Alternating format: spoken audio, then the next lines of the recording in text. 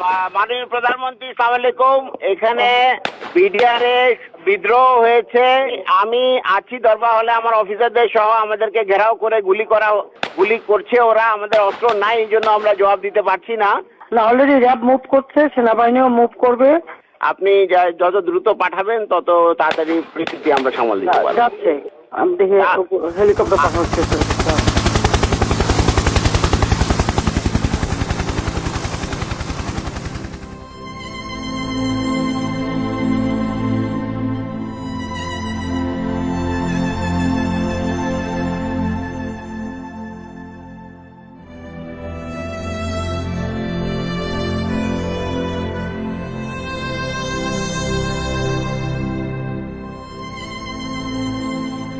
25শে ফেব্রুয়ারি 2009 সেদিন আনুমানিক সকাল 9টায় আমি ফোন কল পাই পিলখানা থেকে, এবং তখন সেই ফোন কলের মাধ্যমেই জানতে পারি যে পিলখানাতে আমাদের সামরিক অফিসাররা আক্রান্ত হয়েছেন।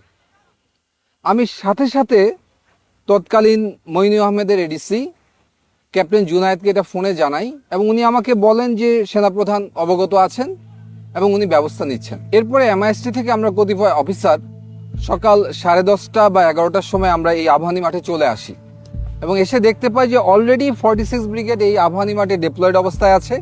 শুধু আবাহনী মাঠেই না, 46 ব্রিগেডের একটি অংশ এই মেডিনোভার সামনে এই রাস্তায় পিছনের গলিতে ভারী অস্ত্রশস্ত্র নিয়ে সকাল 10:30 থেকে অপারেশন পরিচালনা করার জন্য রেডি ছিল। এর বাইরেও পিলখানার 3 নম্বর এবং 5 নম্বর গেটে র্যাবের একটি সেকশন এবং একটি প্লাটুন অপারেশন রেডিনেস অবস্থায় ছিল। আর আমি ঠিক যেখানে দাঁড়িয়ে আছি সেখান থেকে মাত্র 300 গজ দূরে ওই যে গাছটি দেখা যায় সেটি হচ্ছে পিলখানার গেট। অর্থাৎ পিলখানা থেকে মাত্র 300 গজ দূরে সকাল 10:30 থেকে সেনাবাহিনী অপারেশনের জন্য সম্পূর্ণ প্রস্তুত ছিল, অপেক্ষা করছিল একটি আদেশের জন্য, মুভ ফরওয়ার্ড। সে আদেশটি আর আসেনি।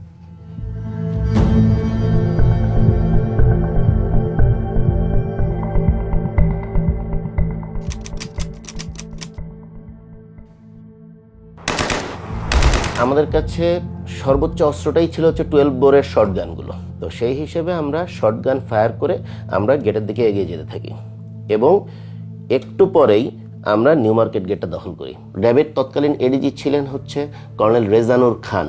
স্যারকে ফোন দেই যে স্যার, আমরা অলরেডি নিউ মার্কেট গেট দখল করেছি। তৎক্ষণাৎ উনি মারাত্মক মাত্রায় ক্ষিপ্ত হয়ে যান যে তোমাকে কে অর্ডার দিয়েছে ফায়ার ওপেন করার জন্য, বা তোমাকে এই গেট দখল করার জন্য কে অর্ডার দিয়েছে। উনি তৎক্ষণাৎ বলেন ওইখান থেকে ফল ব্যাক করো, এবং তোমরা এক্স্যাক্টলি যে নীলক্ষেতের যে মোড়, যেটা চৌরাস্তার মোড়, এর সামনে কোনোভাবেই যেন আমরা না যাই। এর ভিতরে আমি ফোন পেলাম এডিজি কর্নেল রেজানুর খানের কাছে। উনি আমাদেরকে বললো যে তোমরা ভিতরে প্রবেশ করবে না এবং গুলি আপাতত করবে না, আমরা জানাবো কি করতে হবে। মাননীয় প্রধানমন্ত্রী আলোচনা করতে বলেছেন, এবং তাদের সাথে আলোচনার মাধ্যমেই সমস্ত কিছু সলিউশন হয়ে যাবে।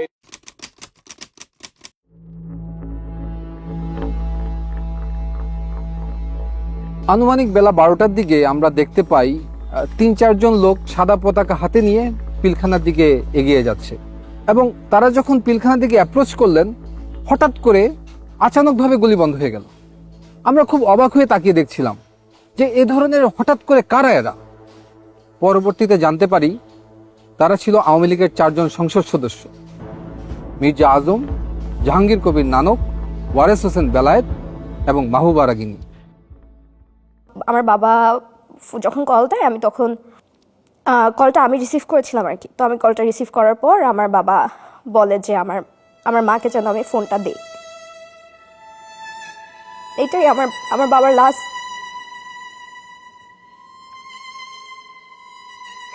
এরপর আর কোনোদিন আমি আমার বাবার ভয়েস শুনি নাই।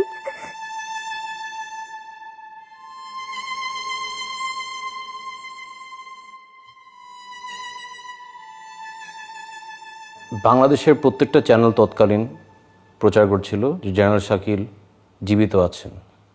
শুধু একমাত্র দেখি এনডিটিভি বা ইন্ডিয়ান একটা চ্যানেল প্রচার করলেন সকাল সকাল যে general Shakil has been assassinated. কোনো সন্তান তো এই সংবাদ বিশ্বাস করতে যাবে না। এত তাড়াতাড়ি সব কিছু হচ্ছিল, কেউ কিছু বলছিল না। আঙ্কেল আন্টিরা ছিল, বলতাম যে আমি বাসায় যাব, ওটার কোনো উত্তর ছিল না। হলে আব্বু আমার সাথে কথা বলবো, কেউ উত্তর দিচ্ছিল না আমাদের।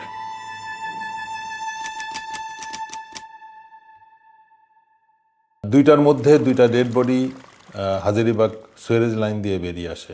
মানে বেলা 2টার মধ্যে সারা জাতি জানতো যে দুইজনকে কমপক্ষে হত্যা করা হয়েছে। এই আবাহনী মাঠে আমাদের গ্রাউন্ড কমান্ডার ছিলেন ব্রিগেডিয়ার হাকিম স্যার। ব্রিগেডিয়ার হাকিম স্যারকে আমরা বারবার প্রশ্ন করি, কখন আমরা ভিতরে যাব, কখন আমাদের ভাইদেরকে উদ্ধার করব, তাদের পরিবারদেরকে উদ্ধার করব। উনি বলেন সেনাপ্রধান তৎকালীন প্রধানমন্ত্রী শেখ হাসিনার সাথে বিষয়টি আলোচনা করছেন এবং ওনার আদেশ পেলেই আমরা মুভ করব।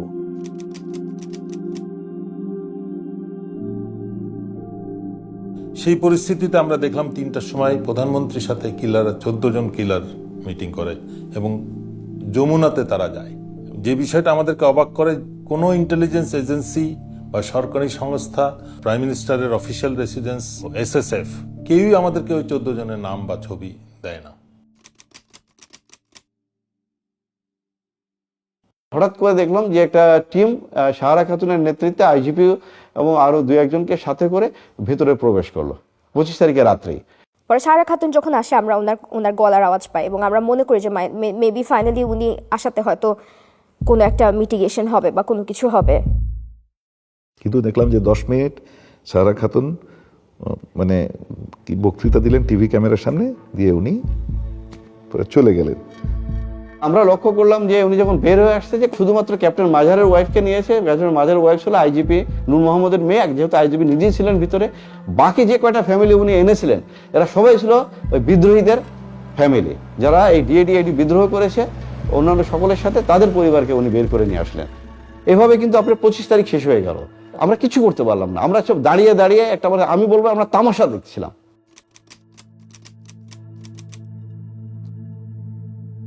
26শে ফেব্রুয়ারি সারাদিন আমরা ইউনিফর্ম পরে অস্ত্র হাতে এখানে অপেক্ষা করছি কখন আমার ভাইদেরকে উদ্ধার করব। আমরা সারাদিন পিলখানা কর্ডন করেছিলাম, আর সেই কর্ডনের ভিতর, সেই নিরাপত্তা বলয়ের ভিতর খুঁজে খুঁজে আমাদের ভাইদেরকে হত্যা করা হয়েছে। সেনাবাহিনীর military academy training, commando training, এগুলোর কি মূল্য আছে যদি এই সব দুর্যোগ মুহূর্তে, অরাজক মুহূর্তে আমাদের ভাইদেরকে উদ্ধার করতে না পারি? যুদ্ধক্ষেত্রে তাহলে আমরা কি করব? Indecision, waiting for political order, নাকি সেটা হবে মিলিটারি এক্সিকিউশন অর্ডার? সেই প্রশ্নটা আজকে আমি আপনাদের কাছে রাখতে চাই।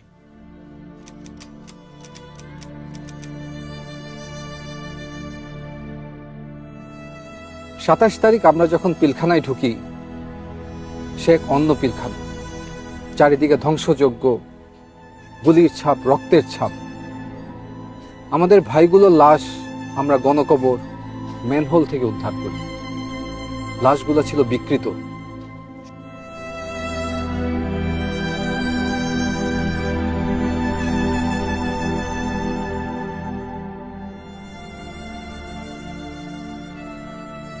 সমস্ত বাড়িঘর ছিল জ্বালানো, পোড়ানো, লুটতরাজের চিহ্ন।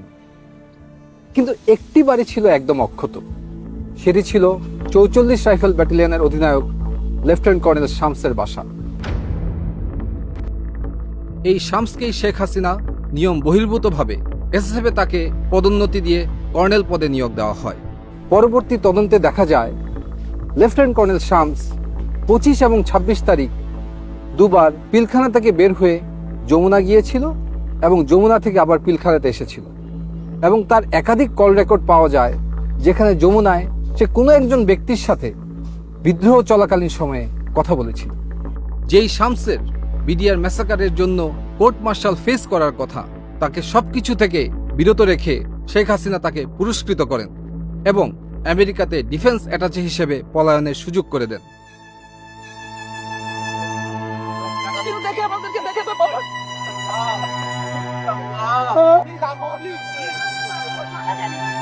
ঠিক আছে, আসো তুমি ওখানে বসো।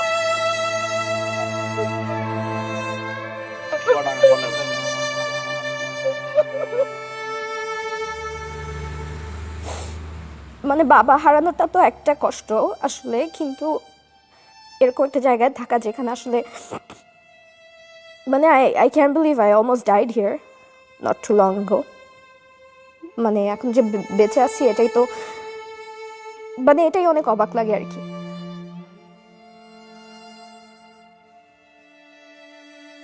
আমার বাবার মাথায় গুলি লেগেছিল এবং এই জায়গাটা থ্যাতলানো ছিল এবং খুব সম্ভবত গুলিটা গাল দিয়ে বের হয়ে গেছে। আমি চাইবো না যেন কিনা আমার সবচেয়ে খারাপ শত্রু কখনো তার বাবাকে এইভাবে দেখুক, কখনো না। মাঝে মাঝে নিজেকে বলতাম, আল্লাহ এটা একটা দুঃস্বপ্ন, কেন জানি দরজা খুললে মনে হয় বাবা আম্মু চলে আসবে। এই দুঃস্বপ্ন থেকে আর উঠতে পারলাম না। সেদিন সার্চ অ্যান্ড রেস্কিউ টিমে যারা ভিতরে ঢুকেছিল তাদের ভিতরে একজন ছিল ক্যাপ্টেন শাহনাজ। এসএমজিটি সিলিংটা নরমাল সিলিং এর মতো না, একটু টেল ইউ দ্যাট এই সিলিং বাইনোকুলারটা আমরা আরবি তো ব্যবহার করি না, আমার জানার মতে বিদেরও ব্যবহার করে না। তো ওইটাই আমার কাছে ফার্স্ট ইয়ে লাগছে যে এটা বাধা কেন এরকম, আর এই সিলিংটার মধ্যে টাইগার লেখা, তো ওইটা একটা ordinance issue item, but not from our military. এই কোশ্চেনগুলো তো আসলে মানে এটার পরিষ্কার উত্তর পাওয়া দরকার। পিলখানার এই হত্যাকাণ্ডের ঘটনাটির পর যখন 27 তারিখে আমরা ভিতরে ঢুকি এবং পরবর্তীতে তার অবস্থা দেখতে পাই, এটা পরিষ্কার হয়ে যায় যে এটা একটা সুপরিকল্পিত হত্যাকাণ্ড। এবং তখন সমগ্র সেনাবাহিনী কিন্তু ক্ষোভে ফুঁসে ওঠে এবং সেই ক্ষোভ দমনের জন্য শেখ হাসিনা একটি দরবার ডাকে মার্চের 1 তারিখে সেনাকুঞ্জে। এ ঘটনায় সমস্ত সামরিক অফিসাররা এখানে উপস্থিত যারা ছিল তারা ক্ষোভে বিক্ষুব্ধ হয়ে ওঠে। মাননীয় প্রধানমন্ত্রী আপনার সাথে যখন কথা হচ্ছিল মহাপরিচালকের, যদি তখন আপনি সেনাবাহিনী পাঠাতেন, ল্যাব পাঠাতেন, আবার আপনার বন্ধুরা তারা দরবার ভাবে ঢুকেছে আধা ঘন্টা পরে এবং তারা কিলিং শুরু করেছে 11:30 থেকে 11টার পরে। তার আগে কাউকে মানে নাই, কিন্তু যদি র্যাব সেনাবাহিনী এই এখান থেকে এইটুকু যদি 1 ঘন্টার মধ্যে ঢুকতে না পারে, সেই সেনাবাহিনী আমাদের দরকার নাই, দরকার নেই আমাদের। আমরা অসহায়ের মতো ওখানে বসে আছি, সবাইকে বলা হচ্ছে, সবাই আমাকে বলছে আসছে আসছে, কেউ আসলো না। তখন যদি ইচ্ছা আমার সেনাবাহিনী কোথাও আমাদের একটা ট্রেন পাঠাতো, অথবা একটা যদি আমাদের কমান্ডো বাহিনী একটা ল্যাটনও যদি যেত, ওরা পিপিলিকের মতো পাঠিয়ে যেত, কিন্তু কেউ গেল না। অসহায়ের মতো আমার অফিসার গুলো সব মেরে ফেললো, সব মেরে ফেললো।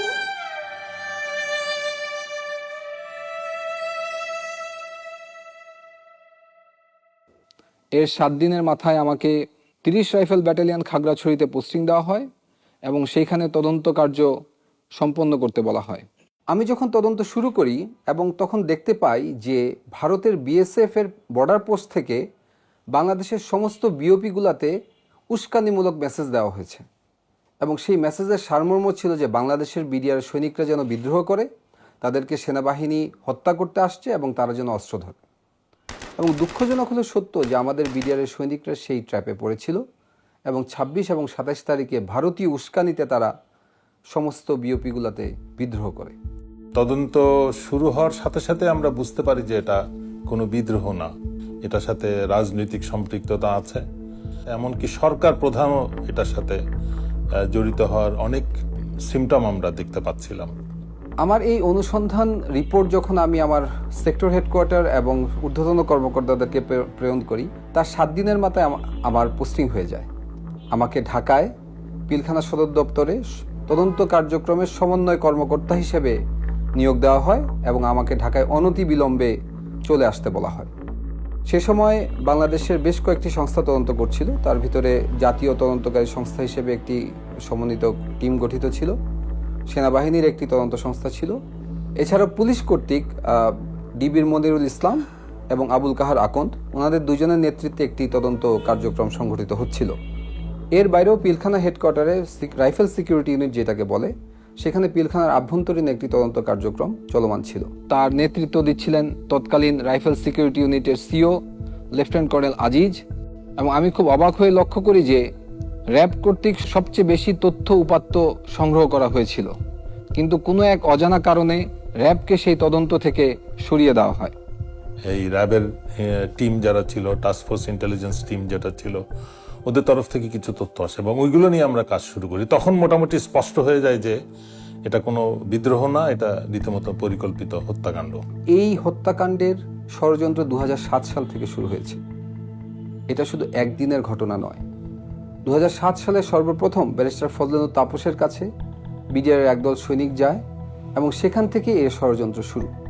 পরবর্তীতে বিভিন্ন পর্যায়ে ব্যারিস্টার শেখ ফজলুল তাপস, জাহাঙ্গীর কবির নানক, মির্জা আজম, শেখ সেলিম, লেদার লিটন, আওয়ামী লীগ নেতা তোরাব আলী, তারা বিভিন্ন সময় বিডিআর সৈনিকদের সাথে মিটিং করে এবং এই কিভাবে এটা এক্সিকিউশন করা হবে সেই ব্যাপারে তারা পরিকল্পনা করে। শেখ ফজলুল তাপস 2007-08 সালে প্রতি জুম্মার নামাজ উনি বিডিআর মসজিদে পড়তেন এবং নামাজ পরবর্তী সময়ে উনি বিডিআর সৈনিকদের সাথে ঘণ্টাখানেক মিটিং করতেন এবং এই পরিকল্পনার নেতৃত্ব দিতেন সাবেক বিডিআর সদস্য তোরাব আলী এবং তার ছেলে লেদার লিটন। দুজন রাজসাক্ষী ছিলেন, বিডিআর মসজিদের পেশ ইমাম, এছাড়াও বিডিআর একজন সৈনিক। পেশ ইমাম সাহেব উনি সুস্পষ্টভাবে ব্যারিস্টার তাপসের কথা উল্লেখ করেছিলেন এবং আরও কিছু রাজনৈতিক ব্যক্তিবর্গের কথা উল্লেখ করেছিলেন যারা বিভিন্ন সময় বিডিআর মসজিদের ভিতরে মিটিং করতে উনি দেখেছেন। কিছু কিছু কথা তিনি ওভারহিয়ারও করেছেন।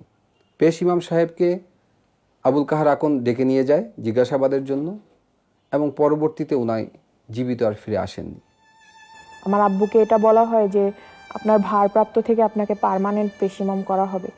শুধু এই যে স্টেটমেন্টটা লিখিত যেটা সরকার থেকে দেওয়া হয়েছে সেই স্টেটমেন্টটা দিতে বলা হয়েছে। আর আব্বু যে স্টেটমেন্টগুলোতে বলছে মিটিংয়ের কথা, দরবার হলে কাদেরকে চিনছে তাদের কথা, সেগুলো সবগুলো নিয়েই সমস্যা করা হয়েছে, যে চেঞ্জ করতে বলা হয়েছে। 11ই মার্চ আব্বু মারা যায়। আব্বুর পোস্টমর্টেম হয় ঢাকা মেডিকেল কলেজ হসপিটালে। পোস্টমর্টেম হয়, জানাজা হয়, কিন্তু এই পোস্টমর্টেম রিপোর্ট আজও আমরা পাই নাই।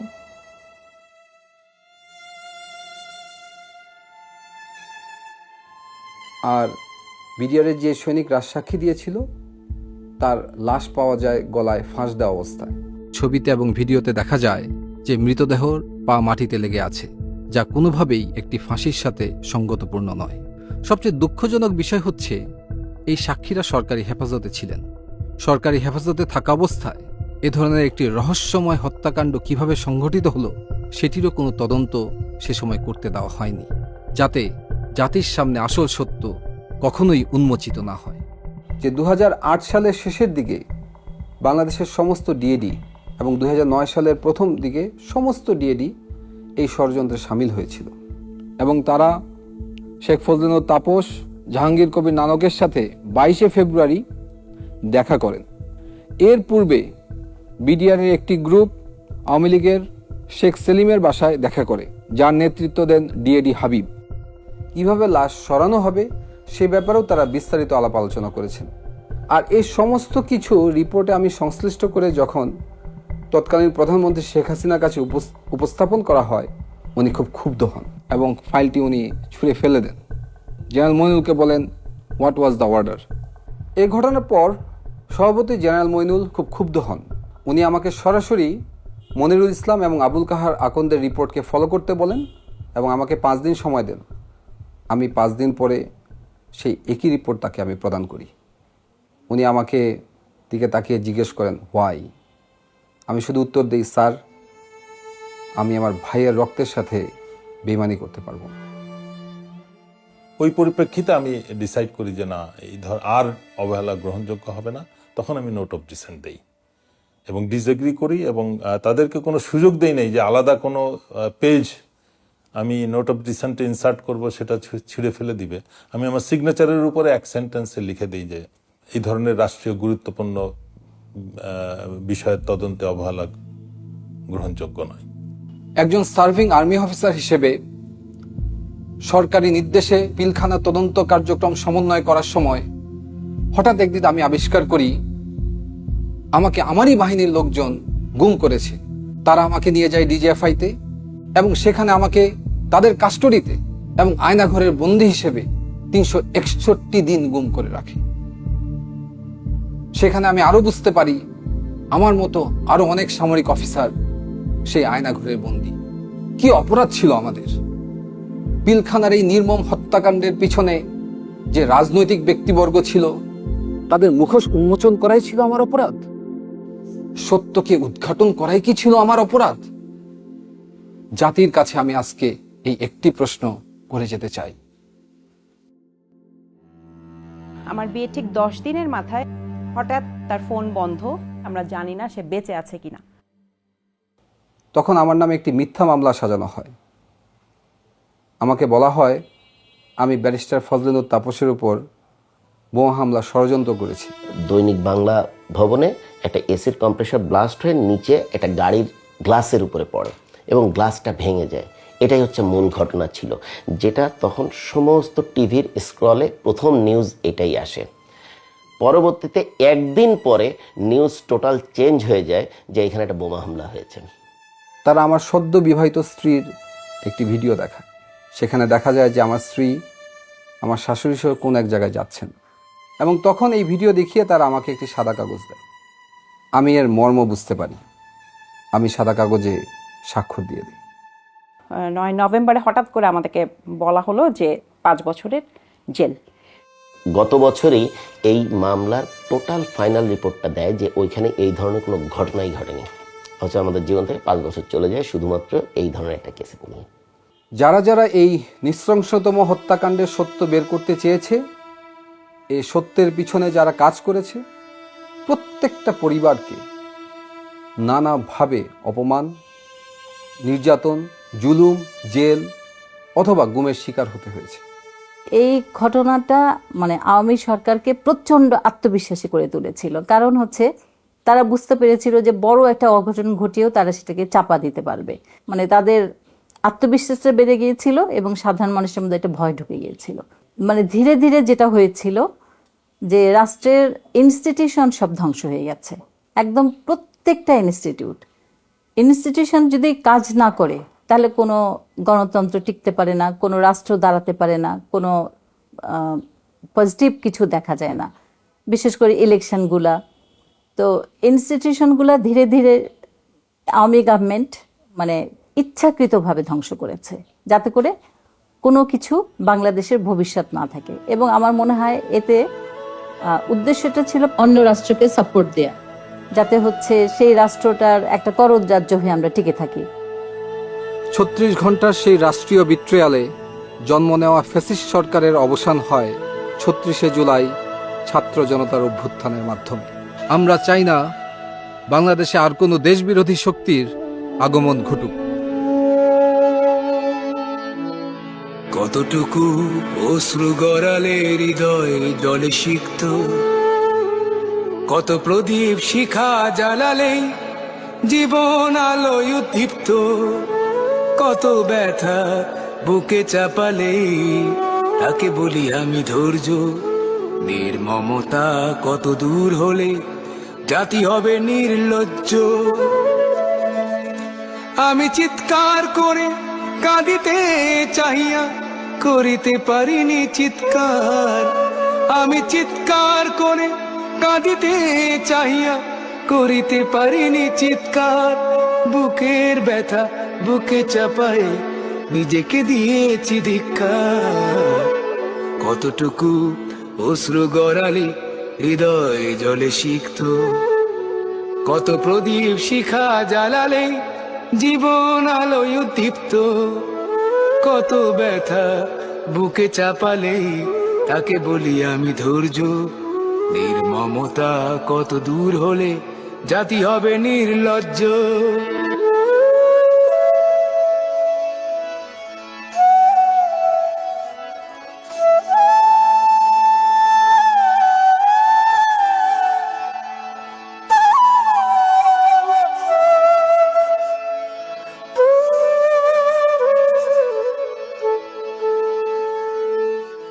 আজও কানে ভাসে সেই কথাগুলো, কে জানে হবে যে শেষ কথা।